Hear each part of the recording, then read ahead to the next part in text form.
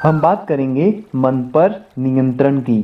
जी हाँ, अक्सर आपने सुना होगा कि मेरा मन नहीं कर रहा है या मेरा मूड नहीं है। ये वे वाक्य हैं जो प्रतिदिन हम न जाने कितनी ही बार बोलते हैं और इनके चलते न जाने हम अपना कितना समय भी बर्बाद कर रहे होते हैं। मित्रों, भले ही मन हमारा होता है, लेकिन वह कभी भी हमारा हितैषी नहीं होता। हमारे साथ आँख मिचौली का खेल खेलता रहता है सदा। आप कोई काम करना चाह रहे हैं, वह काम आपके लिए ज़रूरी भी बहुत है, लेकिन आप पाएंगे कि आपका मन कभी भी आपके साथ खड़ा नहीं होगा।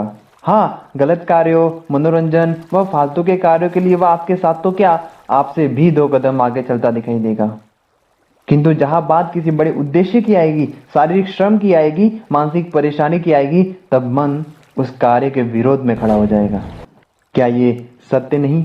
वह हमारे लिए ऐसे बड़े बड़े तर्क व तथ्यों को इकट्ठा कर देगा जिनके आधार पर हम यह निर्णय लेंगे कि सचमुच वह कार्य अभी नहीं किया जाना चाहिए। दुर्भाग्यजनक बात तो यह है कि हम ऐसा निर्णय यह जानते हुए भी ले लेते हैं कि इस काम को आगे चलकर करना ही पड़ेगा, इस काम से मुक्ति संभव ही नहीं, उसके बावजूद भी हम उसे टालकर राहत पाना चाहते हैं। अपने मन पर नियंत्रण न होने के कारण न जाने ही हम अपने जीवन के कितने ही सुनहरे अवसरों को गवा देते हैं और यह कहा भी जाता है कि एक अवसर को खोने का मतलब होता है एक सफलता को खोना। निश्चित ही मन पर नियंत्रण रखना आसान काम नहीं। सच तो यह है कि उस पर पूरी तरह नियंत्रण रखा भी नहीं जा सकता।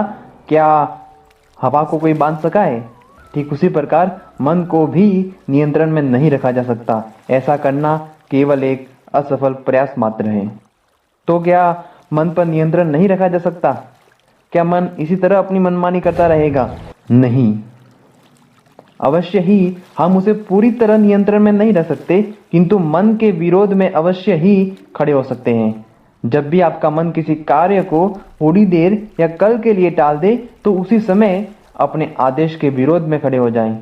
मन से आदेश लेने के बजाय मन को आदेश दे कि नहीं, यह काम अभी ही होना है या अभी ही करूँगा। आप पाएंगे कि आपके आदेशात्मक रवैये के सामने आपका मन धूम दबाकर खड़ा हो जाएगा। मन बहुत शक्तिशाली है उन लोगों के लिए जो बहुत कमज़ोर हैं, लेकिन मन कमज़ोर है उन लोगों के लिए जो थोड़े से भी शक्तिशाली हैं। आपको आपके मन के विरोध में खड़ा होना भर है। यह ठीक उसी प्रकार है कि यदि कोई बंदर आपका पीछा कर रहा हो और आप उससे बचने के लिए भागने लगेंगे, तो बंदर आपका पीछा करता रहेगा। लेकिन यदि आप खड़े हो जाएंगे और हाथ में जुट मुट का भी पत्थर उठाकर बंदर को थोड़ी सी भी चुनौती देंगे, तो बंदर ठिठक कर वापस चला जाएगा। क्या मन भी ऐसा ही नहीं? इस पर विचार, चिंतन, मनन अवश्य कीजिएगा।